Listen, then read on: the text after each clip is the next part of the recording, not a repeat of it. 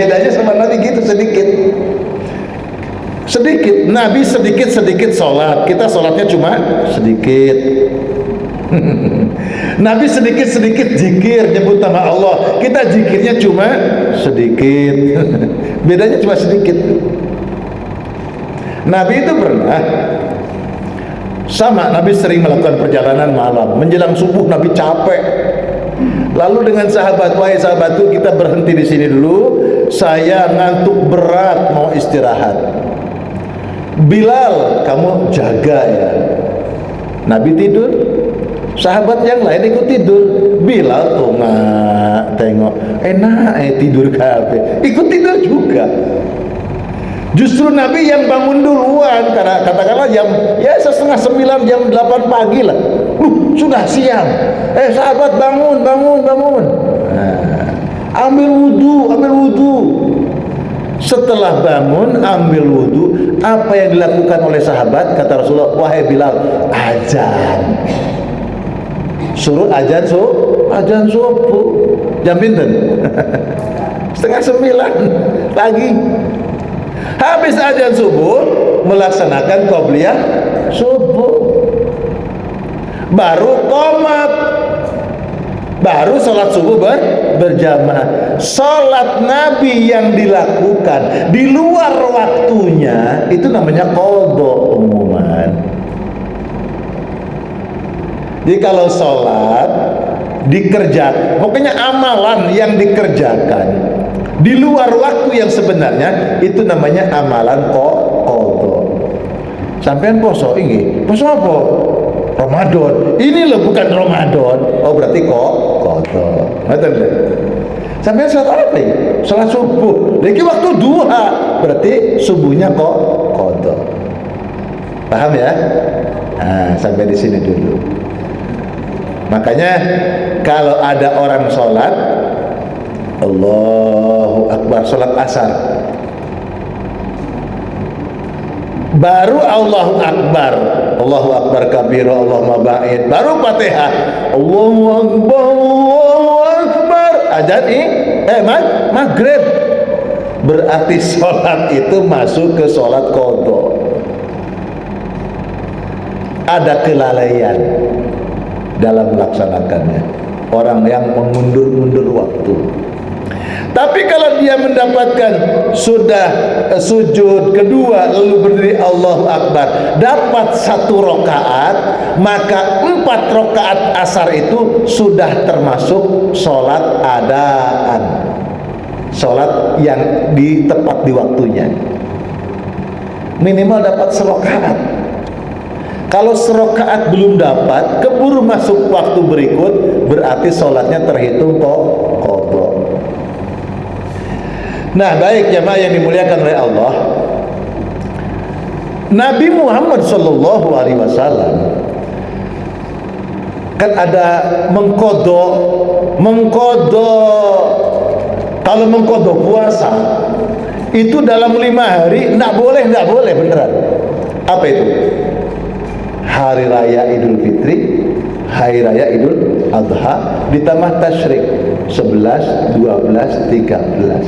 Pokoknya aku kepengen poso Pak Ustaz, haram. Nggak boleh. Saya hobi puasa, ya 5 hari ini nggak boleh pokoknya. Bukan dapat pahala, dapat dosa.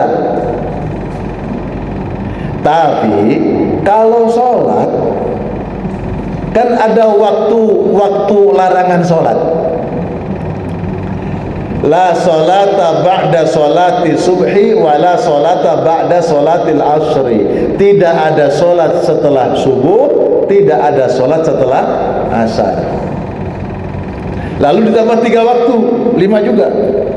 Dilarang sholat ketika matahari terbit sampai naik sepenggalan. Tidak boleh sholat ketika matahari pas tengah-tengah sampai tergelincir ke barat. Jadi zuhur itu sudah ke barat, bayangan sudah ada di timur. Kalau di sini, maghrib ketika tenggelam sampai betul-betul tenggelam. Jadi maghrib itu sudah betul-betul tenggelam. Jadi kalau ini ufuk sudah tenggelam, ini sudah maghrib. Sama ketika matahari terbit dari timur, nah sedih boleh. Ketika prosesnya keluar sedikit itu masih belum boleh, dilarang. Larangan ini apa? Haram atau makruh? Itu ranahnya para ulama. Ada yang mengatakan haram, sama sekali nggak boleh sholat. Ada yang mengatakan cuma makruh saja. Lalu yang dimakruhkan sholat di waktu itu apa? Apakah semua sholat? Bahkan dilarang haram semua sholat? Ini pernah kejadian, Pak, Bu. Saya di Wonosari tahun 2001,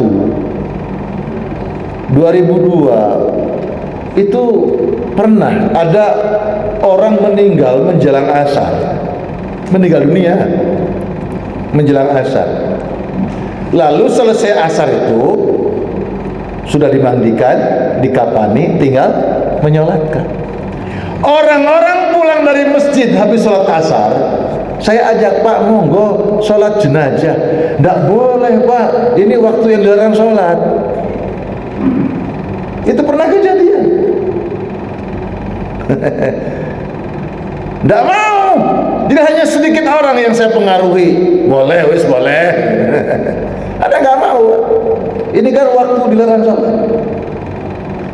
Gampangan saya bilang, siapa yang minta mati jam sekian? Kan nggak ada yang pesan. Bapak Ibu yang dimuliakan oleh Allah, nanti ternyata waktu yang dilarang sholat itu kategori sholat mutlak. Itu yang makruh, kategori sholat mutlak. Adapun sholat yang ada sebab itu boleh. Sebab kematian sholat jenazah, bahkan bukan hanya boleh, itu wajib hukumnya. Jadi kalau ada habis subuh nyolatkan jenazah, habis asar, itu waktu yang dilarang, boleh, bahkan bukan hanya boleh, wajib hukumnya untuk menyolatkan. Yang kedua, Bapak datang di waktu jam maghrib, jam 5 ke masjid menjelang maghrib. Jam 5 itu kan menjelang maghrib, toh? Itu kan waktu setelah asar, kan? Itu kan waktu dilarang sholat. Tapi karena masuk ke masjid, sholat tahiyatul masjid boleh. Idza dakhala ahadakumul masjida falam yajlis hatta yusalli rak'atain. Apabila salah satu di antara kalian masuk ke dalam masjid, jangan duduk terlebih dahulu sehingga menunaikan 2 rakaat salat. Gara-gara masuk masjid disunahkan salat. Salat apa namanya? Tahiyatul masjid. Ben gampang tahiyatul masjid itu namanya. Dulunya nggak ada namanya. Itu sholat ada sebab. Kan habis sholat asar jam 5 itu kan, gara-gara masuk masjid boleh. Nah, hadirin yang dimuliakan oleh Allah, itu waktu yang dilarang masih boleh, yang ada sebab. Yang berikutnya yang boleh melaksanakan sholat sekalipun di waktu yang dilarang, sholat sunnah rawatib muakkad. Nabi itu Masya Allah, ketika usai sholat asar berjamaah dengan para sahabat, ini hadisnya lengkap ya, hanya saya sampaikan secara langsung, tidak disebutkan hadisnya biar agak mempercepat sedikit. Kalau dikatakan hadisnya panjang, nanti menerjemahkannya lama. Jadi ketika Nabi usai sholat asar dengan sahabat, Nabi berdiri lagi sholat 2 rakaat. Lalu sahabat itu kaget, loh, kemarin katanya dalam pengajian tidak ada sholat setelah asar. Lah beliau sendiri kok sholat 2 rakaat. Begitu Nabi salam, Nabi membalikkan badannya menghadap sahabat, nanya, kamu mau nanya ya? Kok tahu? Ya tahu aja, gitu kan? Katanya dilarang sholat, tidak ada sholat setelah asar. Engkau sendiri mengerjakannya ya Rasulullah. Sholat apa yang kau kerjakan? Apa jawaban Nabi? Ada dua. Yang pertama Nabi jawab, yang saya kerjakan setelah asar 2 rakaat ini adalah ba'diyah zuhur yang belum sempat saya kerjakan. Ba'diyah zuhur. Kenapa kok Nabi tidak ba'diyah zuhur? Selesai sholat zuhur berjamaah, Nabi kedatangan tamu. Ya Rasulullah, engkau diundang ke suatu kaum di Bani Qais. Ada hamba Allah yang kepengen mendapatkan pencerahan. Nabi memberikan pencerahan di kaum itu sampai datang masuk waktu asar. Waktu asar Nabi masuk masjid, sahabat sudah duduk semua, sudah siap. Kata Nabi, ayo qomat wae. Jadi Nabi itu nggak ingin sahabat yang sudah duduk semua lalu Nabi sholat. Jadi sahabat tambah menunggu. Nabi itu nggak kepengen begitu. Jadi Nabi itu nalurinya, fitrahnya selalu meringankan sahabat. Jadi gara-gara Nabi datang, Nabi sholat, sahabat nunggu mana ini? Tidak mau.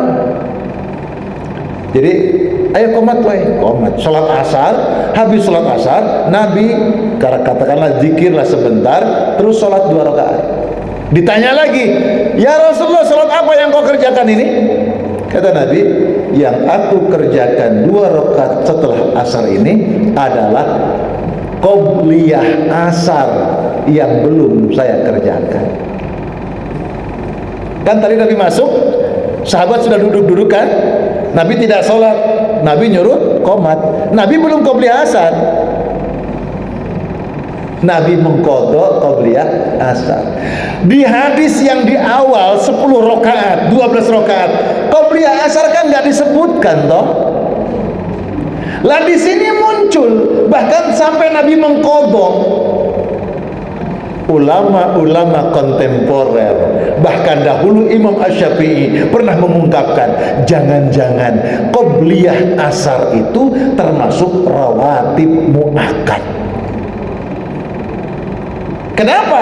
Nabi sampai mengqadhanya. Ada hadisnya, Masya Allah, man shalla qoblal asri arba'an harramallahu 'alan nar. Siapa yang melaksanakan sholat 4 rakaat sebelum asar. Berapa rakaat?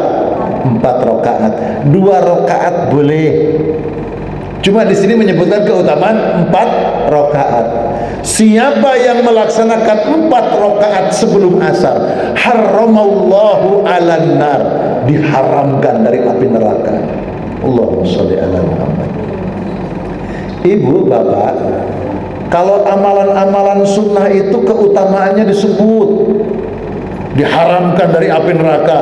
2 rakaat sebelum subuh, rakaatul fajri khairum minad dunya wa ma fiha. 2 rakaat salat sebelum subuh lebih baik daripada dunia dan seluruh isinya, disebut nilai pahalanya. Salat tahajud disebut pahalanya. Jangan kecilin. Kenapa kecilin? Ada orang itu tahajud terus bangunnya kesiangan, nggak sholat subuh. Kecele, lihat pahala sholat tahajud besar. Kalau ibadah yang fardu Ramadan, sholat 5 waktu, sedikit menceritakan tentang besar pahalanya. Cukup dengan menceritakan besar pahalanya sholat-sholat sunnahnya. Yang sunnah saja begitu hebatnya, apalagi yang fardu. Gitu mestinya cara berpikirnya.